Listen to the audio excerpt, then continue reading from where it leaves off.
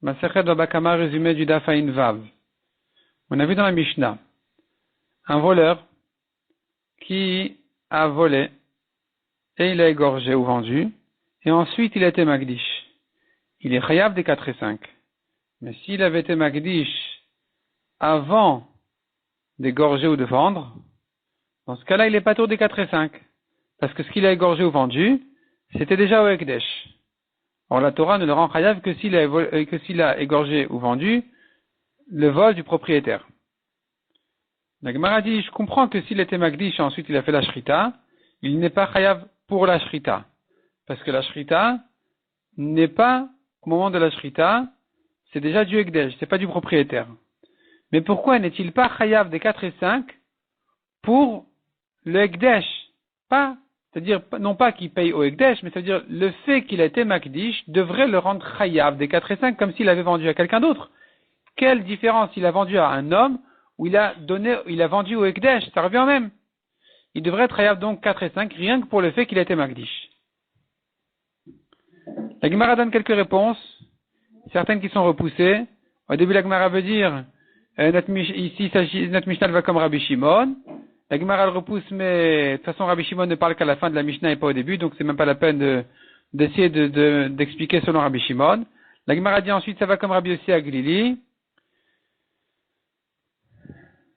Puis la Gemara repousse ça aussi. Finalement la Gemara dit en fait, il y a une différence entre s'il a vendu à quelqu'un ou s'il a donné au Ekdesh. Quand il a vendu à quelqu'un, on parle plus du premier propriétaire. C'était le taureau de Reuven, c'est devenu le taureau de Shimon. Ça, c'est une vente pour laquelle il est chayav des 4 et 5.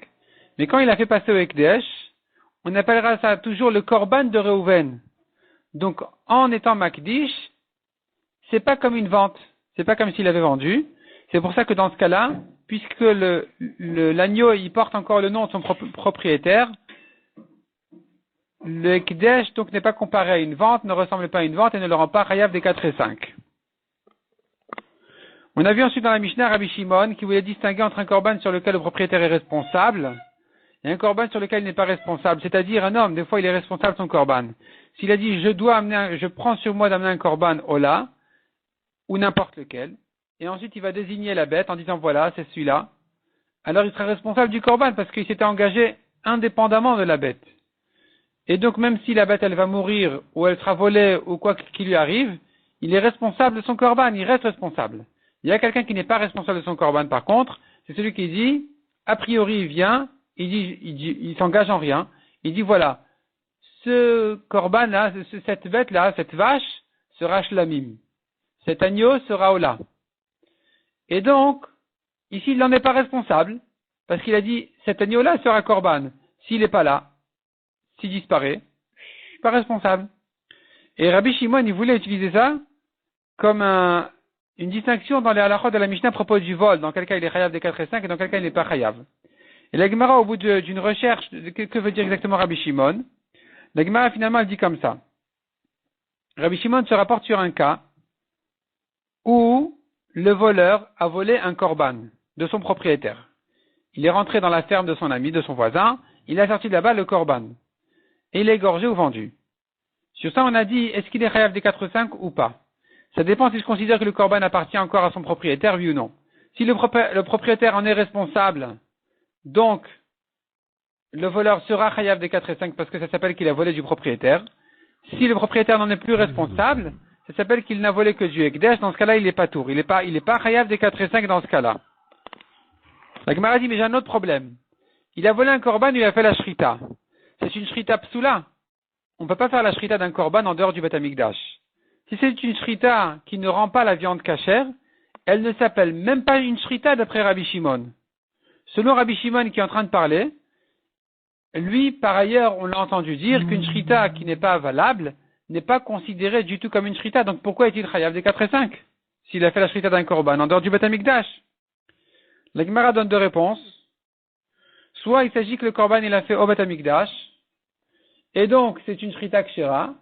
Simplement, ça ne s'appelle pas qu'il a rendu le korban à son propriétaire en faisant la shrita au Beth Amikdash, parce que soit il s'agit que le sang s'est versé, donc on n'a pas fait le korban, le sang n'a pas été jeté au misbéach, il s'est renversé, il a été perdu, le propriétaire devra en refaire un nouveau korban. c'est là où donc on dira, il y a une shrita de kshira, il doit payer les 4 et 5. Soit on va dire, en restant sur ce cas-là, où il a fait la shrita du korban au Beth Amikdash même, on pourrait dire aussi qu'il ne l'a pas fait au nom de son propriétaire. Donc le korban, d'une part, il est kasher, la shrita s'appelle une shrita, mais tout de même, le propriétaire n'a pas récupéré sa bête, parce qu'il n'en profite pas, de toute façon, il doit le refaire, il n'est pas quitte, même si le korban il est kasher, il n'en est pas quitte, puisque ça n'a pas été fait en son nom. Deuxième réponse de la Gemara, non, il ne s'agit pas qu'il a fait la shrita au Beth Amikdash du korban, il s'agit ici que c'est un korban qui avait un défaut, et il a fait la shrita dehors. Donc c'est une shrita kshera. La Gemara dit, mais attends, mais aussi bien si c'est un korban, la shrita n'est pas suffisante pour cachériser la viande, il faut encore jeter le sang.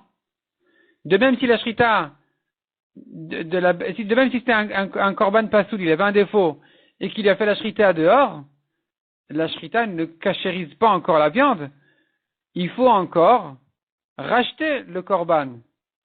Et donc, entre-temps, la shrita n'est pas une shrita, pourquoi est-il chayav des 4 et 5? Elle répond à la Gemara, non.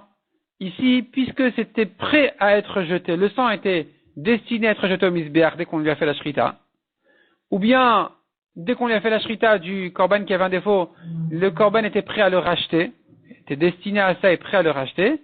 Donc, puisqu'on n'a aucun empêchement à le faire, à jeter le sang ou bien à racheter le korban, c'est comme si ça avait été fait. Et puisque c'est comme si ça avait été fait,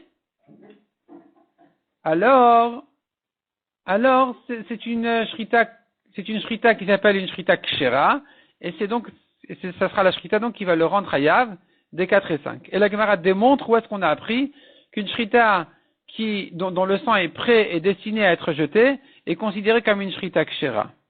Donc la Gemara prouve ça, et avec ça, la Gemara, et d'ailleurs dans le daf suivant, elle va prouver aussi que quand c'est prêt à être racheté, destiné à être racheté, c'est comme si ça l'avait déjà été fait, que donc la shrita s'appelle une shrita kshera, qui va le rendre hayav des 4 et 5.